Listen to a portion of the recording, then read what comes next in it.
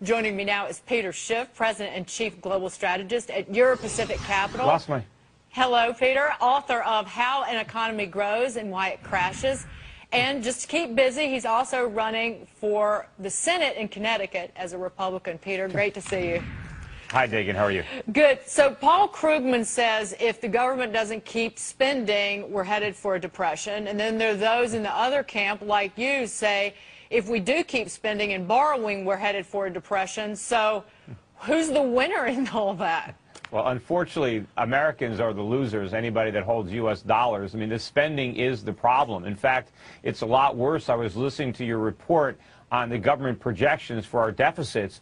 You should take a look at the economic assumptions that the government is making. They're assuming that the economy continues to grow at around a 5 to 6% annual rate and that interest rates stay at record lows. And it takes those assumptions to have the deficit numbers that we just saw.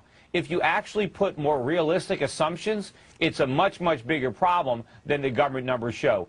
We have to make serious cuts in government spending right now. We have to slash spending. We have to let interest rates go up. And if we don't do that now, this will be a depression, and it's going to be worse than Greece because we're going to have runaway inflation. But you'll admit, though, that if we do that now, it's not going to be pretty for the economy, is it? No. I mean, what's ugly for the economy is all this government. You know, the more the government stimulates the economy, the sicker the economy gets, because the disease that it suffers from is an excess of spending, an excess of government, an excess of borrowing, an excess of consumption.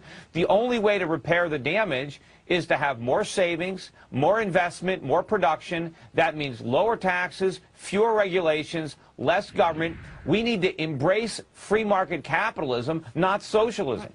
Peter, but then why are U.S. Treasuries doing so well right now?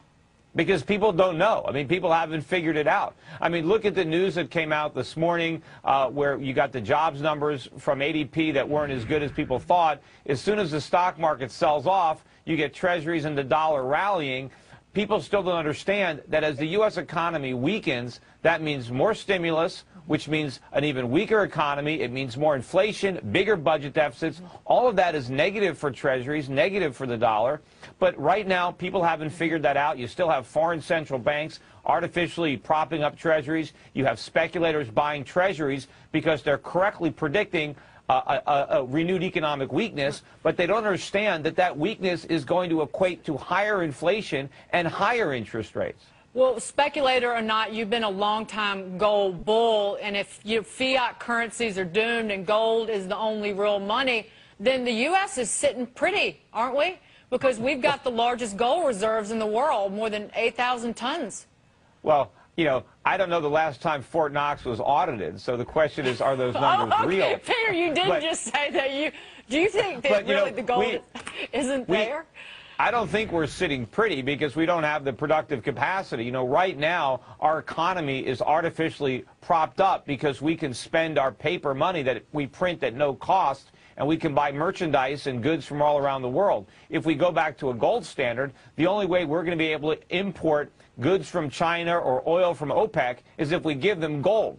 And whatever gold we have, we will run out of it quickly unless we can reinvest to reindustrialize the American economy, which is what we need, which is why I'm running for the United States Senate. But we can't do that unless the government gets out of the way. And yes, there's going to be some short-term pain for some individuals regarding government spending cuts. A lot of them are living in Washington or working for the government.